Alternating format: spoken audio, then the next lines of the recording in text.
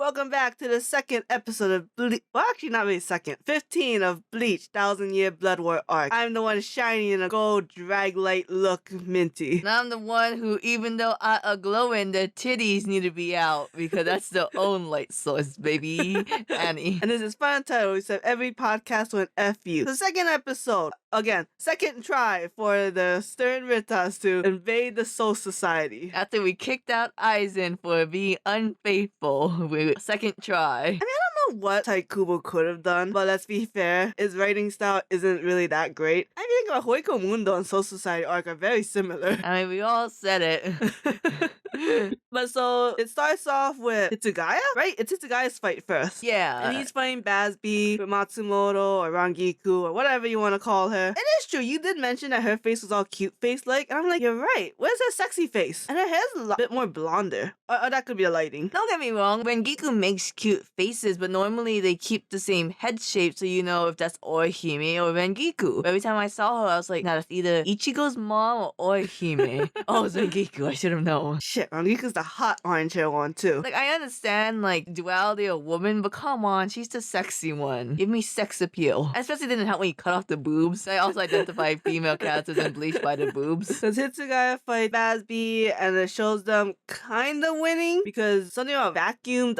ice? Like, what the fuck was that? Was I high? Was I crazy when, like, in the beginning, Basby could always melt Hitsugaya's ice, so that's why they needed Rangiku's sword? But then, like, halfway through, they changed their mind, being like, actually, I just can't control my ice. I need your sword to control it for me. I have no idea. It was very confusing. And then Hitsugaya was fighting Basby alone? Yes, Hitsugaya, that's went great the first time you fought a Quincy alone. And I'm like, I don't even remember the guy who stole Hitsugaya's Bankai. He was kind of hot. He was kind of a snack. What was his powers? He had the Wolverine claws. What?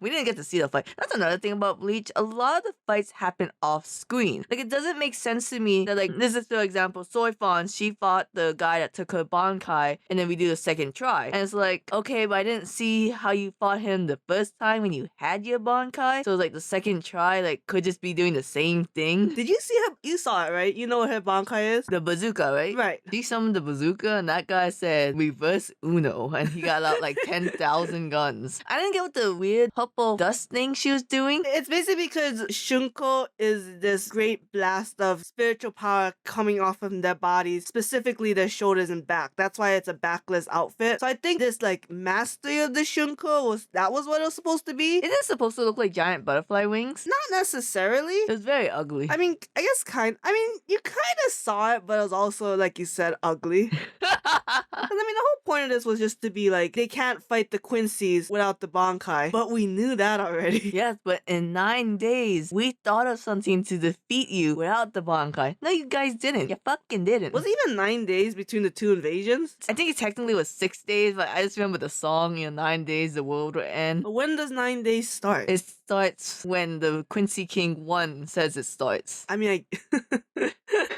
Or maybe it starts when Quincy King 2 drinks the blood. I don't know, it was just kind of unnecessary because it was just supposed to be like this whole build-up. Like, remember, they need the Bankai to defeat them. That's why it's going to be so cool when Urahara comes and says, I know how way to reclaim the Bankai. But it was kind of like we already knew they needed the Bankai back. But something I don't understand is that, oh, Urahara, he's gonna get the Bankais back. Great, we're back at step 1, where they got the ass wiped. I wonder if the idea is that the Quincy's can't beat them with the Bankai. Oh, so that's why they had to steal them. I asked this question a million times. They never explain why they get Pokeballs, right? Like, the Quincy's like, we live in the same area but underground, and we created Pokeball technology. I actually just don't remember. I mean, they may explain it, how they were able to do it. I mean, I don't know, maybe it's the same bullshit as like Nanao being like, since you were here, I was able to develop a keto where we can, I don't know what it was, like a barrier against Quincy's. Okay, so you know our sponsor NordVPN?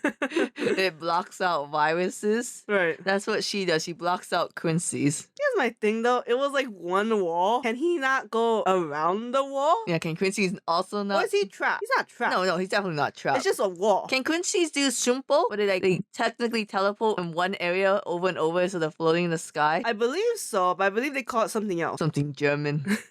He could do that to get to the other side. I think he's having a nice conversation. I think he's lazy. He's just like, I'm not gonna be the successor anymore, so I'm gonna stand here. I hate the scene where it's a cool episode sequence. We see the table. It's like peace from the shadows. Like, oh, that's so fucking awesome. I wish more shows did this. And then later on, we find out why it's called Peace from the Shadows. And the blonde guy B is like, yes, our master Quincy King 1 hates violence. He desires peace, so he wants to get this over with immediately. It's like, hey, dumb dipshits. You would have gotten it over the first time peacefully then. Oh, I didn't catch that. I think because I was screaming the whole time. I hate you, I hate you, I hate you. Yeah, you really did not like that scene. Because it's bullshit. Because, oh, he desires peace. It's like, yeah, I guess that's what the Soul Reapers wanted when your Reshi was destroying everything, you pieces of shit. If you had it your way, everything would be fucked up. Honestly, the Soul Society just gave a cease and desist letter to the Quincy's, and the Quincy's took it really hard. Well, the Quincy said no, and then the Soul Society demolished them and said, like, if you ain't gonna stop, you are going to cease living. And so, like, they all hid in the little, like, pocket dimension, and, like, so you guys all alive then. You guys hid there. Why can't either of you guys be Quincy King number 2? Because Quincy King number 1 said, no, you suck, you get the letter H instead of F for fire, because, oh, F was fear. So he was a better letter for you. I think Hellfire would have been better. Hellfire would have been good. Matches your little Nazi thing you're going with. Oh my god. Actually, it would be cool if they were all German words. Would have made more sense with the Nazi theme. Oh my god, shut up. You know the second lieutenant, how his sister came with him? Unnecessary. Very unnecessary. Like, I don't think she even lives there. no. I think Byakuya's family lives in there. Within the Soul Society? Yeah. It's the safest place to be and not out with all the hillbillies. I guess.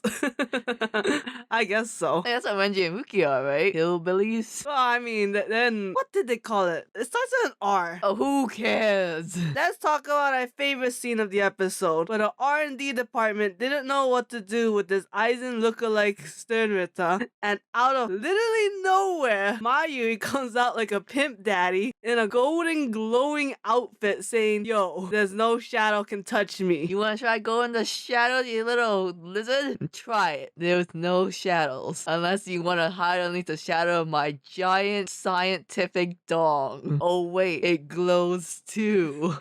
Nemu's hat bothers me. I know it shouldn't. It was super cute though. Her outfit is so cute.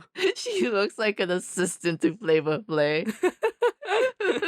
She had the outfit and he's like, you're missing something. Puts on a top hat. There you go. Boom. Let's walk out now.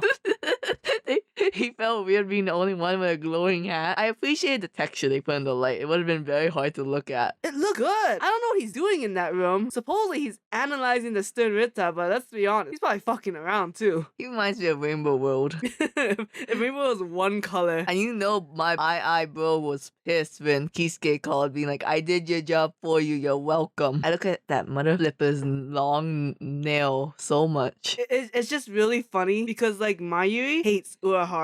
Like it's hard to find like one man hating another man, but also taking his job. I think this episode was lackluster, kind of like unnecessary drama. Really, like almost like a filler episode in a sense. It's not like it doesn't follow the canon. I'm sure this all happened in the manga. It's just unnecessary. It's like we know that these captains are gonna get curb stomped. We know we gotta wait for Ichigo to come. And we know they're gonna get the Bankai back. Also, can I say, like, hey, Tight Kubo, this is like one of the worst training arcs I've ever seen. Rukia and Renji, oh, we stood in a room for a really long time. That's impressive. Hyperbolic time chamber. And then Ichigo's like, gonna have to walk this long pathway, and everyone's gonna pretend like I'm gonna come out as a different person, but in reality, I just took like 10 steps. I got my 1,000 steps in. Why couldn't he just hold his own swords? I don't know why he had to take off his shirt. He wasn't sweating. What was the point of it being an after credit scene? I don't know. I just saw like, oh shit, we have some after credit scenes, and then like some guy saying a poem. It's like, hey Kubo, your poems kind of suck. Maybe they sound better in Japanese.